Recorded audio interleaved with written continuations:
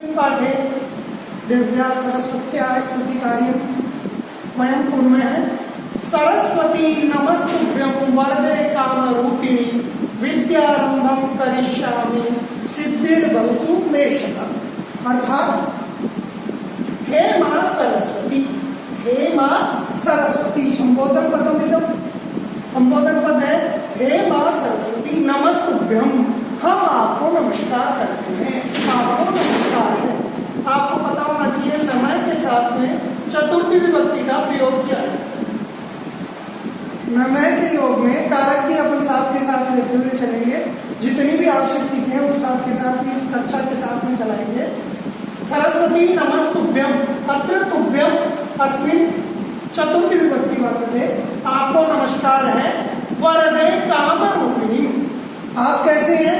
वरदे वरदान देने वाली है, वरदान प्रदान करने वाली है। काम रूपिणी समस्त कामनाओं को, समस्त इच्छाओं को पूर्ण करने वाली है। और मैं क्या कर रहा हूँ? विद्यारंभं करिष्यामि, मैं अब विद्या आरंभ करने जा रहा हूँ।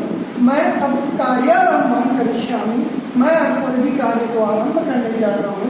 सिद्धिर्भवतु मे सदा, आप मुझे सफलता का वरण कराए, मुझे सिद्धि प्रदान करें। इस तरह ये प्रथम जो श्लोक है माँ सरस्वती की स्तुति के लिए गाया गया है। तो यहाँ पर छात्रों द्वारा या अध्यापकों द्वारा कक्षा के द्वारा माता सरस्वती से आशीष चाहा गया है, जो कि प्रार्थना सत्र में हे शारदे माँ अज्ञानता से हमें तार दे माँ, अथवा 10वीं क्लास में जैसे जय जय हे भगवती शुद्ध भारती तब चरणों प्रणमामि। इस तरह कोई सा भी जो पाठ है, मंगलाचरण है, अधिकतर वैदिक मंगलाचरण या जो लौकिक मंगलाचरण है, उसमें अपन सरस्वती की स्तुति करते हैं। आगे अपन जब दूसरा श्लोक पूरा शो होता है तब अपन इसको बताते हैं। 3 जो अंतिम श्लोक है, त्वमेव माता च पिता त्वमेव बन्धुश्च सखा त्वमेव विद्या द्रविणं त्वमेव सर्वं मम देव। ये किसी भी देवता के आराधन में, किसी भी जो देव है उसकी स्तुति में आप इसका प्रयोग कर सकते हैं कि त्वमेव, त्वम धन एव, तुम ही, त्वमेव तुम ही, सर्वम सर्व प्रकारकम, मम मेरे, देव मेरे लिए आप ही सभी देवताओं के देवता हैं। ये अर्थ इस श्लोक के माध्यम से हमें बताया गया है। देखो आप किस तरह सभी देवताओं के देव हैं। त्वमेव माता, तुम ही हो माता। च का अर्थ होता है और, ये अव्यय शब्द आप जानते हैं। अव्यय का मतलब होता है सदृशम त्रिषु लिंगेषु, जो तीनों लिंगों में समान हो, सर्वासु च विभक्तिषु और सभी विभक्तियों में समान हो, या न व्यय इति अव्ययम, जिसका क्षरण नहीं होता, विभक्ति वचन लिंग के अनुसार जो बदलता नहीं है वह अव्यय कहलाता है। चाहे क्या है? अव्यय। और इसका अर्थ योजक अर्थ में और अर्थ में काम में लिया जाता है। ये श्लोक है इसलिए माता च पिता च इस तरह दिया हुआ है, लेकिन जो गद्यात्मक शैली है उसमें च का प्रयोग अंत में करते हैं। साथ में आप ध्यान दें, माता च पिता च ये द्वंद्व समास का उदाहरण है, और इनका जो रूप बनता है वो पितरौ बनता है। एक से एक द्वंद्व पितरौ, माता पितरौ भी बनता है और पितरौ भी बनता है। द्वंद्व समास में एक चीज आपको बता दूं, द्वंद्व समास में दोनों ही पद प्रमुख होते हैं, और दोनों पद प्रमुख होते हैं। जैसे पति च पत्नी च। एक चीज आपको बता दूं, ये जितना भी रिकॉर्डिंग वगैरह, ये जो मुझे कुछ नहीं आता, हमारे साथी हैं अजय जी सर, उनके द्वारा ये सारा रिकॉर्ड वगैरह इन्होंने ही किया है। और ये इनके संदर्भ में नहीं है और दूसरों के संदर्भ में नहीं है। पति च पत्नी च दो शब्द हैं, यानी पति और पत्नी, इनमें जब द्वंद्व समास होता है यानी पति और पत्नी में जब द्वंद्व होता है, बराबरी हो जाती है, तो चर्चा शुरू हो जाती है। अब जब चर्चा शुरू हो जाती है तब क्या होता है? किसकी चलती है? पति की चलती है, चलती है, संभव हो गया। पत्नी की चलती है, बिल्कुल स्वाभाविक सी बात है। अभी कोरोना काल है, इस वक्त तो पत्नी की ही चल रही है। तो पति चाहे पत्नी चाहे दोनों में जब द्वंद्व होगा तो दम किसका निकलेगा? पति। तो पति चाहे पत्नी चाहे द्वंद्व समास क्या हो जाता है? दंपति। देखो कितना आसान सा उदाहरण है। एक मजाक के तौर पे समास अलग अलग प्रकार के होते हैं। जब समास की क्लास चलेगी तब आपको अच्छी तरह से इस बारे में बताया जाएगा।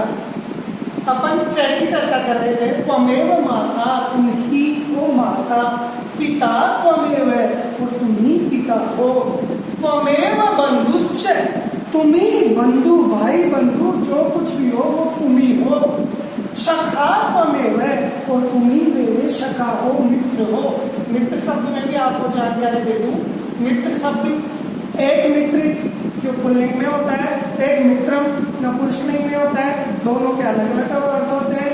एक का अर्थ सखा होता है, एक का अर्थ सूर्य होता है। तो यहाँ पर सखा त्वमेव, तुम ही सखा हो। त्वमेव विद्या, जितनी भी प्रकार की 64 विद्याएं मानी गई हैं, तो जितनी भी प्रकार की विद्याएं हैं, कलाएं हैं, ज्ञान है, वो सभी तुम ही हो। द्रविणम, नवीन पदमिदम, द्रविणम नाम धनम कांचनम, तुम ही सभी प्रकार की विद्या हो और सभी प्रकार का धन दौलत समृद्धि ऐश्वर्य भी तुम ही हो। इसीलिए हे देवों के देवता, हे देवों के देव, आप मेरे लिए सब कुछ हो। आप मुझे, आपके पास जितनी भी सामग्री है, आप जितना अच्छी तरह से मुझे दे सकते हैं वो दें। इसी भावना के साथ, यानी इसी कामना के साथ सर्वेश्वर ईश्वर का यहाँ पर ध्यान किया गया है। वर्तमान में जो कोरोना महामारी चल रही है, उस महामारी में भारतीय संस्कृति का एक अनुपम रूप सामने आया है, जहाँ लोग हैंडशेक करने में, गले मिलने में बड़े अपने आप को गर्व महसूस करते थे। उसकी जगह जो भारतीय परंपरा है, नमस्ते कहना है, वो सारी चीजें भारतीय संस्कृति के प्रति लोगों में जागरूकता बढ़ी है। भारतीय संस्कृति वसुधैव कुटुंबकम, यानी समस्त धरती को एक परिवार मानने वाली संस्कृति है। और उसी से संबंधित ये श्लोक है जो समस्त लोक का कल्याण चाहा गया। सर्वे भवन्तु सुखिनः, सर्वे जना सुखिनः भवन्तु। देखिए जो श्लोक है उनका अन्वय होकर अन्वय के अनुसार अर्थ होता है, क्योंकि मंगलाचरण है। वैसे तो इनका अधिक हमें सस्वरवाचन अनुवाचन ये करने की जरूरत रहती है, लेकिन क्योंकि ये कक्षा कुछ अलग ही कक्षा है, एक अलग ही इस क्लास का महत्व है, तो इसीलिए मैं सर्वे भवन्तु सुखिनः, सर्वे जनात्र जो है साइलेंट है, सभी लोग सुखिनः भवन्तु, सभी लोग सुखी होंगे। जितने भी विश्व में लोग प्राणी मात्र हैं वो सभी कैसे हो? सर्वे भवन्तु सुखिनः, सभी सुखी होंगे। सर्वे सन्तु निरामया, और सभी विश्व के समस्त प्राणी निरोगी होंगे। समस्त विश्व के कल्याण करने की जो कामना है ये भारतीय संस्कृति में है, इसमें अपना पराया वाली बात नहीं है। सर्वे भद्राणि पश्यन्तु, भद्र नाम कल्याणकारक, यानी सभी कैसा देखें? कल्याणकारक देखें, अच्छा देखें। मां कश्चित् दुख भाग भवेत्, किसी को भी, किसी भी प्राणी मात्र को किसी भी प्रकार का दुख का भागी बनना नहीं पड़े, किसी भी तरह से वह दुखी नहीं होवे। देखो सर्वे भद्राणि पश्यन्तु, ये बहुत, क्योंकि जितने भी संस्कृत वाक्य हैं, श्रुति वाक्य हैं, अप्त वाक्य हैं, उनमें एक एक शब्द में बहुत बड़ी बात कही गई है।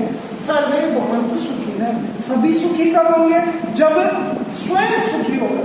व्यक्ति अपन खुद को सुखी कर लेगा तभी दूसरों को सुखी रख सकता है। इसलिए मन से संतोष रूपी धन को धारण करते हुए मन से आशा, शांति, इन सबको साथ में रखते हुए आप सुखी होंगे तब जग सुखी होगा। तो सबका कल्याण तब किया जा सकता है जब व्यक्ति मन से आत्म संतुष्ट रहे, जितना भी जो भी ईश्वर ने दिया है उसको लेकर संतुष्ट रहे। सर्वे संतु निरामया, इसी तरह सभी निरोगी। वर्तमान परिस्थितियों में आप घर में रहें, स्टे होम का पालन करें। घर में रहते हुए आप अगर अध्ययन अध्यापन करते हैं तो ये बहुत बड़ी बात है। सर्वे भद्राणि पश्यन्तु। वर्तमान समाज में नेगेटिव चीजें, नकारात्मक वातावरण बहुत ज्यादा कलयुग के प्रभाव के कारण बढ़ गया है। तो अधिक से अधिक आप सकारात्मक चीजों को ग्रहण करने की कोशिश करें, तभी ये भद्र, कल्याण, क्षम ये हमारे लिए प्राप्त होगा। सर्वे भद्राणि पश्यन्तु। अगर ये सभी हो जाएगा तो किसी कोई भी व्यक्ति दुख का भागी नहीं रहेगा। आप सभी इस चीज से सहमत होंगे। मैं अजय जी को कहूँगा कि आगे की आए हुए देखिए, ये जो अपने पाठ है ये आप डिस्क्रिप्शन बॉक्स में चल रहे इसका जो लिंक दिया गया है वहाँ से इसको आप डाउनलोड कर सकते हैं। राज ज्ञान पोर्टल में जाकर वहाँ से आप डाउनलोड कर सकते हैं। और ये संस्कृत जानने के इच्छुक प्रत्येक अभिभावक, प्रत्येक छात्र के लिए बहुत उपयोगी है। मैं चाहूँगा कि जो हमारा चैनल है इस चैनल को आप सब्सक्राइब करें, बेल आइकन दबा लें ताकि आपको जो भी अपडेट्स हैं वो तुरंत मिलती रहे। और ये कैसा लगा आप इस चीज़ को भी आप कमेंट करके हमें बताएं। आगे इसी के संदर्भ में जो पाठ है अपन पढ़ रहे हैं उसमें भावार्थ दिए हुए हैं। हे वरदायिनी, हे इच्छा रूपिणी सरस्वती, तुभ्यं नमः। अहम विद्यायारम्भं करिष्यामि, अस्यां विद्यायां सदा मम कृते पूर्णताया प्राप्ति भवतु। अब यहाँ पर आप विद्या के अर्थ में या कार्य आरंभ के अर्थ में भी ले सकते हैं। इस कार्य में सदा मेरी जो पूर्णता की प्राप्ति हो यह आप मंगलाचरण कर सकते हैं।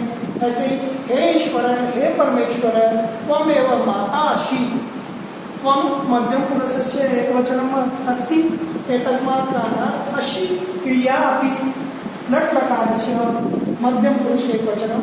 त्वम् एव पिता असि, त्वमेव बन्धुः असि, त्वमेव सखा असि, त्वमेव विद्या असि, त्वमेव धनम् असि। ऋणम् इत्यस्य धनम् अस्ति। हे देवादिदेव, त्वमेव मम सर्वस्वम् असि। सर्वे प्राणिनः सुखिनः भवन्तु, सर्वे निरोगा भवन्तु, सर्वे कल्याणं पश्यन्तु, कोऽपि प्राणी दुखी न भवेत्। इन्हीं छात्रों ने या जो संस्कृत के जिज्ञासु नवीन छात्र हैं, अभिभावक हैं, उन्होंने ये जानकारी चाहिए थी कि इसको किस तरह बोला जाता है संस्कृत में। तो ये दोस्तों ये अवग्रह चिन्ह और ये आधा या ह्रस्व है वो रूप संधि जहाँ हो जाती है वहां पर अधिकतर इसको अवग्रह के रूप में डाल दिया जाता है। इसका उच्चारण करने की आवश्यकता नहीं है, यानी इसको कोड भी नहीं बोले, कॉपी यानी इसको साइलेंट मानते हुए ही उच्चारण करना है। शब्दार्थ आपके सामने दिए हुए हैं। सरस्वती, हे शारदे, नमस्तुभ्यं, तुभ्यं नमः, वरदे वरदायिनी। इसी प्रकार ये सारे शब्दार्थ हैं। ये आपके इस डिस्क्रिप्शन बॉक्स से जाकर आप इस लिंक को डाउनलोड कर सकते हैं।